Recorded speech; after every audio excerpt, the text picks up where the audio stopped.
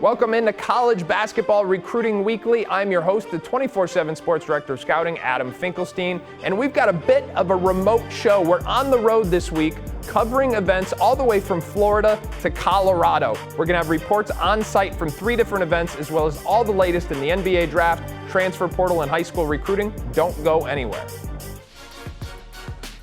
I began my week in St. Louis, Missouri at the Nike Elite 100, a camp that they hadn't had since before COVID that hosted 100 of the best underclassmen in all of high school basketball. Here's a look at who impressed me. I started my week right here in St. Louis, Missouri at the Nike Elite 100. Now this is a camp put on by Nike Grassroots Basketball for 100 of the best underclassmen in the country. About 75% are currently sophomores, meaning rising juniors in the national class of 2025. And then you've got 25 or so select freshmen. So it's really a terrific opportunity to see some of the best young prospects in the country. One of the interesting dynamics, though, is you've got USA Basketball, the 16 and under national team, going on at the same time. So you're missing some of the very top kids in the class. And we know this class is loaded with guys like Boozer, Flagg, Peterson, Koa Pete, so many others. So this is an opportunity to see who else emerged. We had a number of big names here still in that class. Players like Caleb Wilson, Jalen Harrelson, Malik Thomas, all showed that upside that we were expecting coming into the week, but nobody really separated themselves. I'll tell you a couple names, though, that really emerged over the course of the week, or the 4 days, I should say, here in St. Louis. One of them is Hudson Greer, a big wing from the state of Texas. He led the event in scoring through the first 2 days, known as a shot maker from behind the three-point line, but he was active defensively. He really cut and moved without the ball, and he was one of the most efficient layup makers in the entire field. Another wing who caught my attention on the very first night and has a chance to be very good, Chuck Love. Terrific positional size, definite shot-making ability, and really long arms, and that is a prototype that is going to pan out very frequently when you start to track what works in the long run. Last but not least, in the backcourt, Darius Acuff, a guy we've talked about quite a bit in the EYBL, putting up numbers this season. He's continued to do that this year in this setting. And then Nick Lewis from Gonzaga High School. He and his teammate, Derek Dixon, both had a tremendous week scoring the basketball here in St. Louis. I went directly from St. Louis to Colorado Springs for the USA Basketball 19 and under trials. Now, this is a group that featured both some of the best rising seniors in the country, as well as some of the best incoming college freshmen and a handful of young rising sophomores. Here's a look at who impressed. All right, my second stop of the weekend was in Colorado Springs. I'm here at the Olympic Training Facility for the USA Basketball 19 and under session. It started with 30 athletes competing for 12 spots. The vast majority of those 30 athletes are incoming or current college players, but there were a handful of rising high school seniors. Now, we're waiting to hear, as I speak right now, who's going to make this team, but I'll tell you, a number of the high school guys played well. Dylan Harper, he continued to get better as the week went on, especially on Monday morning right before the cut.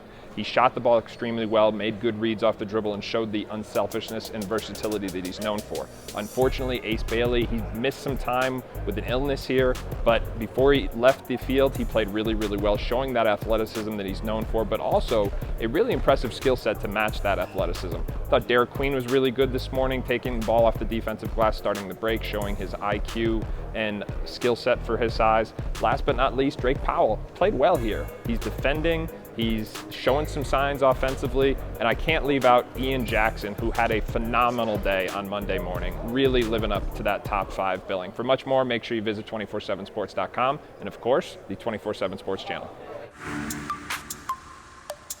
While I was in Colorado and Missouri, Eric Bossi was in Florida at the Under Armour Future 60, which took place at IMG Academy. Now, this is an event that featured the very best players, both male and female, in the Under Armour Association. Well, after 3 days, here's who impressed EBOS. Over the weekend, I had the opportunity to travel to Bradenton, Florida, and the campus of IMG Academy for Under Armour's Future 60 camp. Now, this is a camp that featured about 30 each from boys and girls side and was more of an instruction and skills type camp with a little bit more limited gameplay. But there was still a lot to learn from it. And there were 3 guys that really stood out to me. one from the class of 2024 and two from the class of 2025. Let's break it down and talk about the top guard, the top wing, and the top big man I saw. I'll start with the top guard I saw, and that's King Grace. He's a top 35 player in the class of 2025 out of Waxahachie, Texas. Now, Grace is a guy that made it onto our radar because of his ability to score the ball, and he could certainly do that. He was shooting from deep. He was getting to the rim. He looked to be much more explosive athletically than we've seen in the past. But at 6'3", maybe 6'4", he's a little bit on the smaller side for an elite level 2 guard. Now, where that factors in is how good he looked as a playmaker for others. He was really able to get some things done, getting into the paint, finding people, making smart passes, navigating the pick and roll. So he looks like a guy that in the future we may need to consider as either a combo guard or potentially even a point guard down the road. Now, on the recruiting front, he's already been to LSU. He's already been down to some other schools, Texas A&M being one of them. But if I were going to give one tool to watch out for with him, I would keep a close eye on Baylor. They're not too far from home. They've had a lot of success with guys like him, and he's mentioned that he wants to get on campus very soon and spoke highly of Scott Drew and the Bears. Now, talking about wings, Andrew Crawford from out of the Denver area recently moved into our top 90 of the class of 2024. We've got him listed as a combo guard, and we can certainly see him in a jumbo playmaking role, but I kind of like him as a big wing. He's pushing 6'7". He's a lefty who is at his best when he's able to rip a rebound down and get transition started, where he's a fabulous passer in the open court. He sees guys moving ahead of him, and he's able to advance the ball without dribbling it too much. Now, in the half court, he can also be a guy who can initiate some offense, but he's better slashing off of the wings, finding kind of driving lanes and getting his things. He's a sneaky good offensive rebounder. Defensively, he's got a lot of versatility. Now, the big thing for him is going to be consistency with the jump shot. When it's going in, he looks like a guy who could potentially climb into the top 50 and has some serious upside for the future. He's been to Colorado. He's been to Colorado State. His sister actually goes to Colorado, so there's some ties there. He's been out to Stanford. He's a big-time student.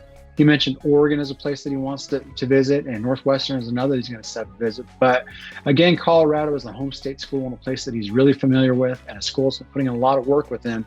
They're one that I would keep an eye out very closely as he navigates the recruiting process. Then last but not least is the guy who, in my opinion, was the best player in camp, and I don't even think it was all that close. Bryson Tiller. He's currently ranked as the number 4 player overall in the class of 2025.